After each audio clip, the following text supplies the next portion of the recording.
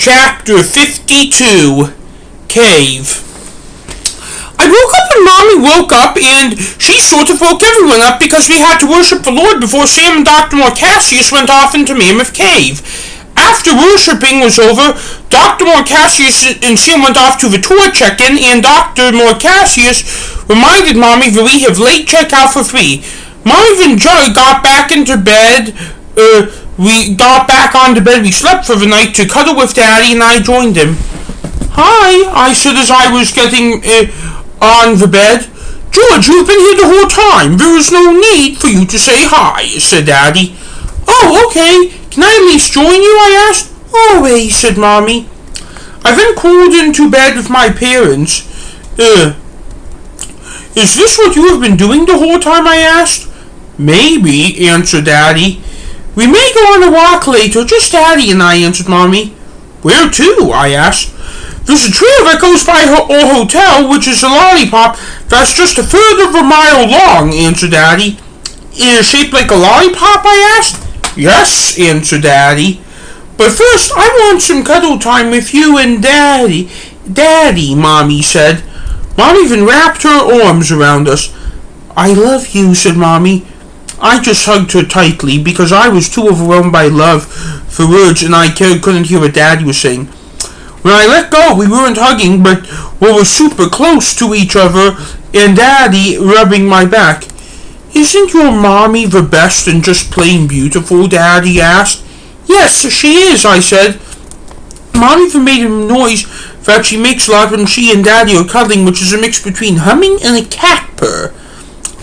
I like that sound because that always means she is happy. Are you excited to be back in Robbinsog tonight? I asked. Yes, answered Mommy.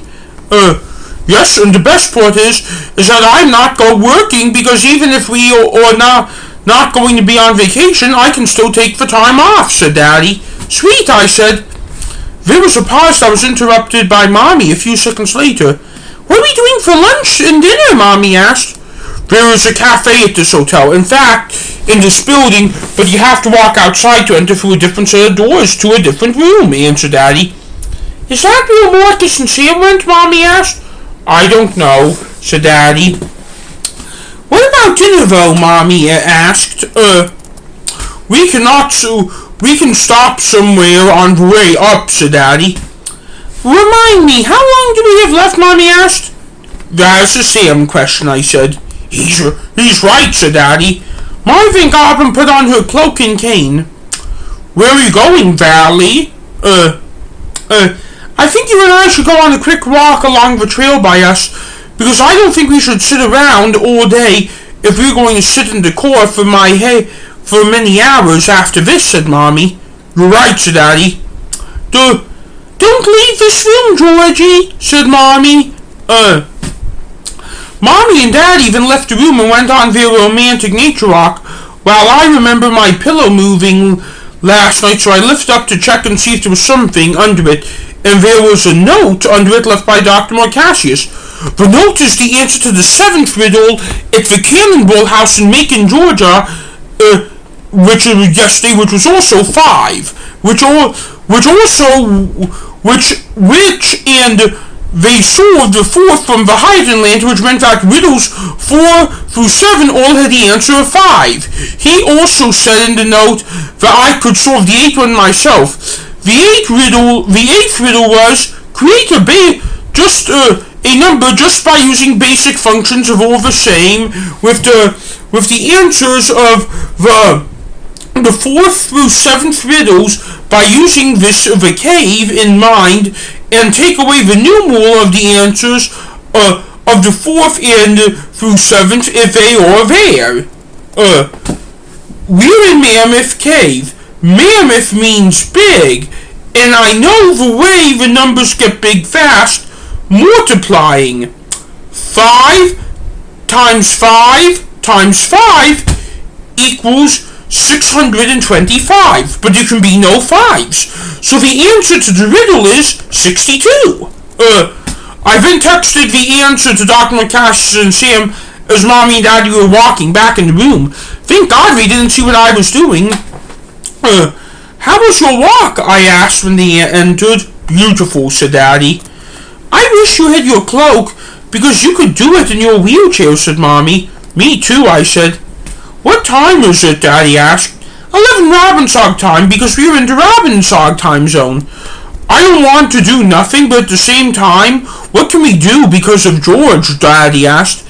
Get a lunch at the little cafe in this building, answered Mommy. Let's do that, said Daddy. Mom even tucked me under her cloak as she was holding me, and we all got Caesar salads to go back to room. Just to be clear, we're really sorry this trip has been difficult for you, said Daddy. I didn't know Grandma and Grandpa treated you and Mom like that, I said. It's mostly because how we were raising you, said Daddy. And I am not Catholic, but, what they really hate for me was that which is when I fell in love with your father when I was 18 and he was 11, and my voice had matured because I am an adult when your father was still a kid and his voice was still high, so they felt I was too old for him, but I don't care because he and the rest of my family mean the world to me, answered Mommy. I don't care either, said Daddy. Neither do I, Sam, or Dr. Morcassius, I said. Especially since Dr. Morcassius, because Hannah is exactly 8 years older than him, while I am 70 and 30 years older than your father, said Mommy. Oh yeah, I answered. However, back to my parents, that is why I was concerned the night before we left, said Daddy. I sort of figured that out. I figured if Dr. Morcassius told me that or not, I said.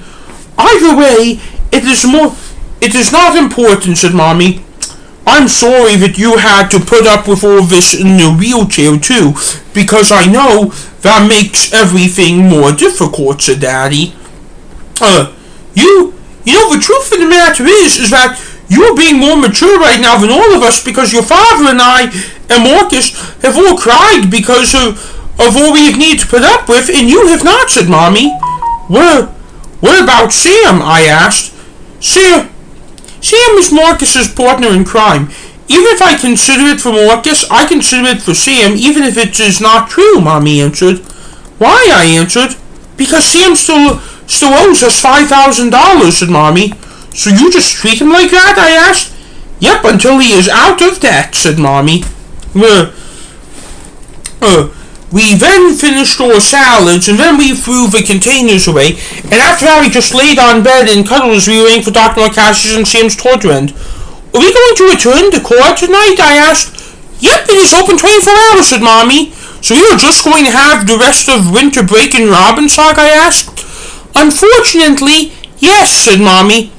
Can we go to like an indoor water park somewhere in the Chicago suburbs for fun? I asked. No, unfortunately, said Mommy. Why? I asked. Because we wasted money on this, and in the end I don't want to waste any more, Mommy answered. What if I pay for it with my money? I asked. You remember my rule. It must stay in CTA territory in the winter due to bad weather, said Mommy. Oh yeah, I forgot, I said. I promise that we will do something fun at the end of the school year. For Marcus graduating, Sam for completing his first year of middle school, and you for completing your very first year of school, said Mommy. No, not Sam if he's still in debt, reminded Daddy. Right, said Mommy. Why are you so mad at him if it is almost a month in the past? I asked. Do you know what the severity of being an arsonist is? Mommy asked. I think so, I answered. You think so means you don't, said Mommy. Okay, I said, and just remember that he had run-ins with the law a little bit ago, said Daddy. That is why we were treating him the way we are, Mommy explained. I see, I said. Just then, Dr. Morcassius and Sam arrived back at our hotel room.